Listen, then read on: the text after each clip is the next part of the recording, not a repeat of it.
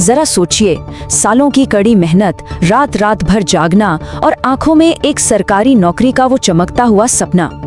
लेकिन बदले में इस पूरे सिस्टम से हाथ क्या लगता है? सिर्फ और सिर्फ धोखा। भारत के सबसे अनोखे और तीखे डिजिटल विद्रोह को जन्म दिया, जिसे हम कॉकरोच जनता पार्टी के नाम से जानते हैं। अब इस कहानी को सच में समझने के लिए हमें उस युवा की नजरों से दुनिया देखनी होगी जिसके जीवन के सबसे कीमती साल सिर्फ परीक्षाओं की तैयारी में निकल गए। और बदले में मिला क्या? पेपर लीक और कभी खत्म न होने वाला इंतजार। देखिए, एक पॉइंट ऐसा आता है ना जहां उम्मीद पूरी तरह टूट जाती है और तब तंज बोलना शुरू करता है। युवाओं का ये जो आक्रोश है वो अब सड़कों पर रैलियों में नहीं बल्कि जबरदस्त व्यंग्य के रूप में फूट रहा है। तो चलिए सबसे पहले इस हताशा की पूरी जमीन को समझते हैं।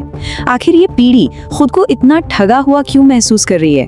हमारे सामने मौजूद डेटा एक बड़ी ही कड़वी सच्चाई पेश करता है। उन युवाओं के बारे में सोचिए जिन्होंने हर नियम माना, मोटी मोटी किताबें पढ़ी, डिग्रियां ली, इंटरव्यू तक भी पहुंचे, और फिर अचानक खबर आती है कि भर्ती ही रद्द हो गई। डिग्रियां, उसके बाद पेपर लीक और अंत में नौकरी के नाम पर शून्य। बिल्कुल यही वो फॉर्मूला है जिसने युवाओं के अंदर एक ऐसा उबलता हुआ लावा भर दिया जिसे फटने के लिए बस एक छोटी सी चिंगारी की जरूरत थी। 15 मई की बात है। अदालत से एक टिप्पणी आती है जिसमें कॉकरोच और परजीवी जैसे शब्दों का इस्तेमाल होता है। खैर, बाद में ये बात साफ की गई कि ये शब्द तो उन लोगों के लिए थे जो फर्जी डिग्री लेकर बैठे हैं। लेकिन एक निराश, हताश और सालों से बेरोजगार बैठे इंसान के कानों में जब ये शब्द पढ़ते हैं ना, तो वो सीधे दिल पर वार करते हैं। स्पष्टीकरण तो इंटरनेट पे धीरे धीरे आते हैं, लेकिन घाव तुरंत लग जाता है। इन युवाओं ने इस कड़वे शब्द को अपना लिया। क्यों? क्योंकि कहीं ना कहीं इस सिस्टम के सामने वो खुद को पहले से ही ऐसा महसूस कर रहे थे। और ये गुस्सा कितनी तेजी से फैलता है, ये वाकई हैरान करने वाला है। एक दिन अदालत की वो टिप्पणी आती है और अगले ही दिन सोशल मीडिया पर एक सिंपल से गूगल फॉर्म के जरिए इस पार्टी का ऐलान हो जाता है। कोई बड़ी राजनीतिक रैली नहीं हुई, कोई पोस्टर बैनर नहीं छपे, बस कुछ ही हफ्तों के अंदर इंस्टाग्राम पर लाखों युवा इससे जुड़ गए। रातों रात एक डिजिटल सुनामी आ गई। इस पूरी डिजिटल सुनामी के पीछे एक चेहरा था, 30 साल के अभिजीत, जिन्होंने बॉस्टन यूनिवर्सिटी से पब्लिक रिलेशंस की पढ़ाई की है। राजनीतिक दलों के लिए मीम कैंपेन चलाने का उनका पुराना अनुभव था और उन्होंने इस पीढ़ी के उबलते गुस्से की नब्ज को बिल्कुल सही पकड़ लिया। उन्होंने इस बेतरतीब, बिखरी हुई निराशा को बड़ी ही समझदारी से एक बेहद धारदार और रणनीतिक डिजिटल विरोध में बदल कर रख दिया। अगर कोई इस पार्टी का हिस्सा बनना चाहता है तो उसे क्या चाहिए? पहला, घोर बेरोजगार होना। दूसरा, परम आलस्य, मतलब देश बदलने की पूरी चाहत तो है लेकिन रजाई से बाहर निकलने की हिम्मत बिल्कुल नहीं है। तीसरा है ऑनलाइन जीवी होना, यानी 24 घंटे फोन में घुसे रहना। और चौथा, मीम्स के जरिए अपनी भड़ास निकालने में एकदम माहिर होना।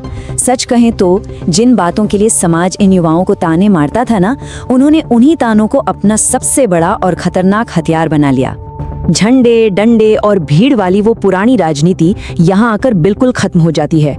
इस पीढ़ी को बहुत अच्छे से पता है कि सिस्टम उनके लंबे लंबे भाषणों से नहीं डरता, बल्कि उस तीखे व्यंग्य से डरता है जो सीधा दिमाग पर चोट करे।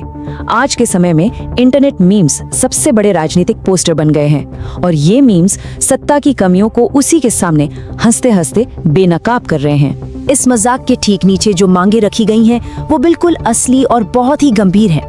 जैसे रिटायरमेंट के बाद बड़े अधिकारियों को कोई मलाईदार पद न मिलना, जो वोट गायब हो जाते हैं उनका सटीक हिसाब मांगना, महिलाओं के लिए सिर्फ 33% नहीं बल्कि पूरे 50% की हिस्सेदारी, टीवी न्यूज को वापस महंगाई और बेरोजगारी जैसे असली मुद्दों पर लाना और नेताओं की चुनाव के बाद दल बदलने पर पूरी तरह से रोक लगाना।